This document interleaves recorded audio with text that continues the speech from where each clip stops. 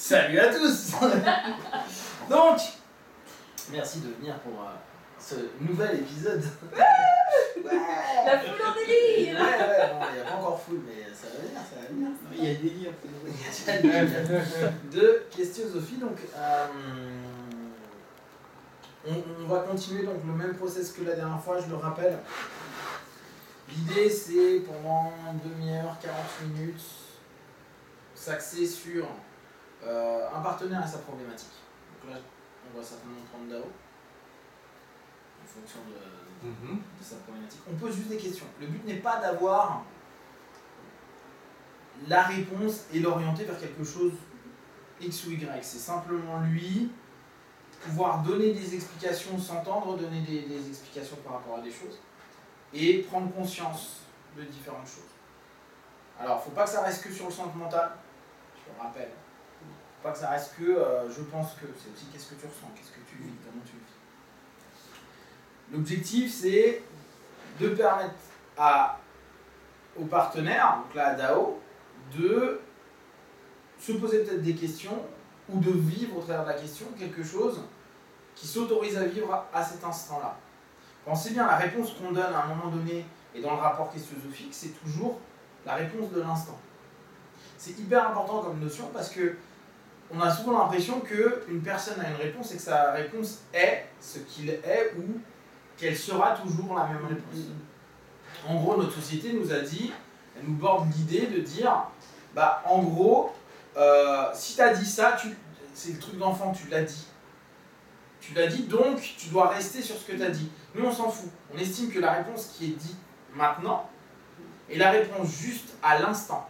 Peut-être que tout à l'heure, quand on ira dîner ensemble, il dira autre chose, ça sera juste aussi. C'est important à prendre en compte parce que ça ne veut pas dire ah ben il est incongruent ou il est dissonant. C'est que le cadre dans lequel on est, le cadre d'un cercle questiosophique, donne à ce moment-là une transe, un rapport à l'écoute du conscient subconscient, qui va être différent de la transe qu'on va avoir quand on va manger un truc. D'accord ? Donc, les réponses qu'on peut avoir ne sont pas les mêmes. Ça pourrait être les mêmes si le processus mental est toujours similaire, mais là je reprécise ce que je viens de dire. Je veux qu'il y ait un rapport psychique, mental, physique, émotionnel. Tu peux avoir ton processus qui est toujours le même d'un point de vue psycho, c'est-à-dire ton mental, tu te dis ah bah oui, je pense de cette façon-là parce que j'ai déjà pensé, sauf que le dire ou l'entendre ou répondre à des questions dans cet instant, dans ce cadre, à ce moment-là, peut créer autre chose. Et le rapport qu'il y a au corps et aux émotions peut faire modifier la conclusion ou l'orientation mentale, logique, analytique, de ce qui est en train de se passer. C'est-à-dire que donc, il n'y a pas de vérité même dans nos réponses.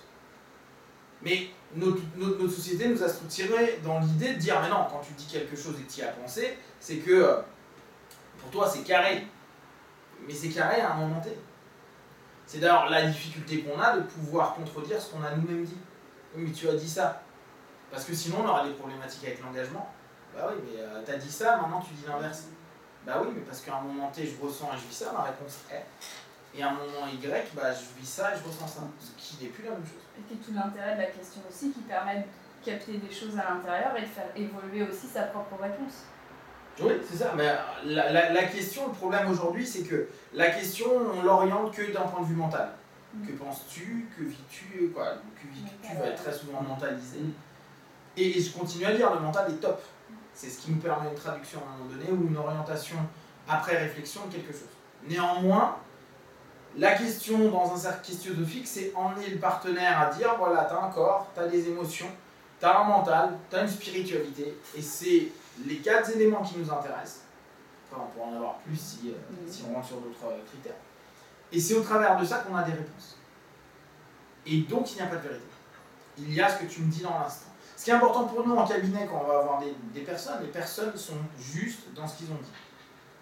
Maintenant, on peut montrer des incongruences sur ce qui a été dit à un moment en cabinet et à session plus 10, où on va dire l'inverse. Et c'est pas dire tu mens, c'est dire tiens, c'est normal, la dernière fois tu disais ça, là tu dis ça. Et ne serait-ce que les liens entre les deux, les personnes vont faire ah, c'est vrai, putain, j'ai dit ça la dernière fois. Alors Alors parfois tu vois une modification de comportement, modification d'un pattern, évolution d'une manière de penser, perception différente, step back, step de côté, etc., etc., etc.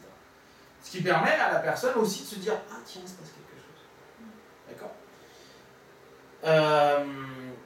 Donc, on est vraiment dans cette notion de la question de l'ici et maintenant.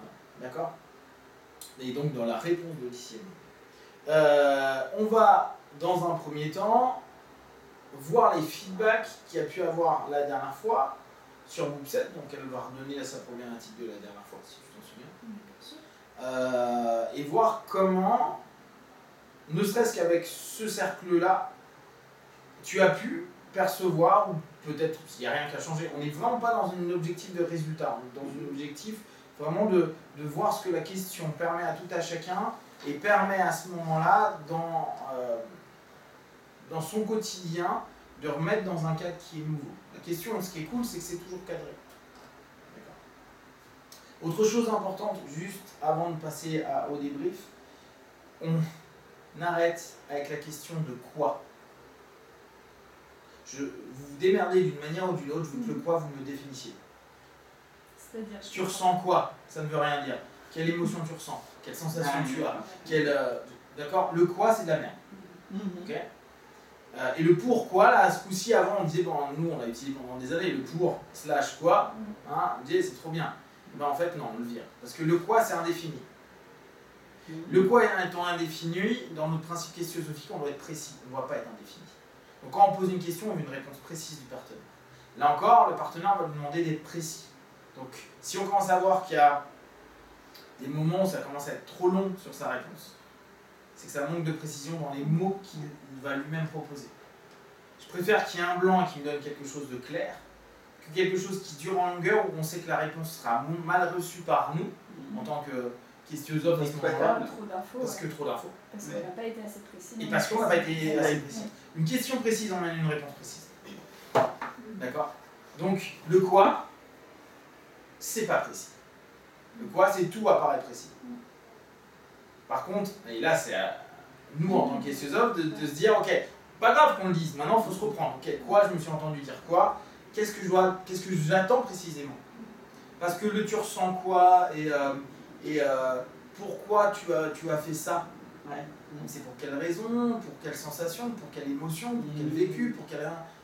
Il y a un spectre qui est là. Oui, surtout, tu peux aller surtout à nouveau ton mental, ton spirituel, ton... Donc, en fonction de ce que vous allez demander, vous allez avoir des réponses qui vont correspondre. Pensez bien, le partenaire ne peut évoluer qu'à partir du moment où le questionnosophe commence à être précis dans ce qu'il est en train de dire et savoir ce qu'il est en train de mener. Je vous rappelle ce qu'on avait dit la dernière fois, chaque fois qu'on a une question, on lève le bras, on peut faire un 2, max 3 de suite. Après, on laisse la main. Les autres, on doit écouter les réponses et orienter. Voir. D'accord? Donc, dans un premier temps, on va faire un débrief. Et sur ce,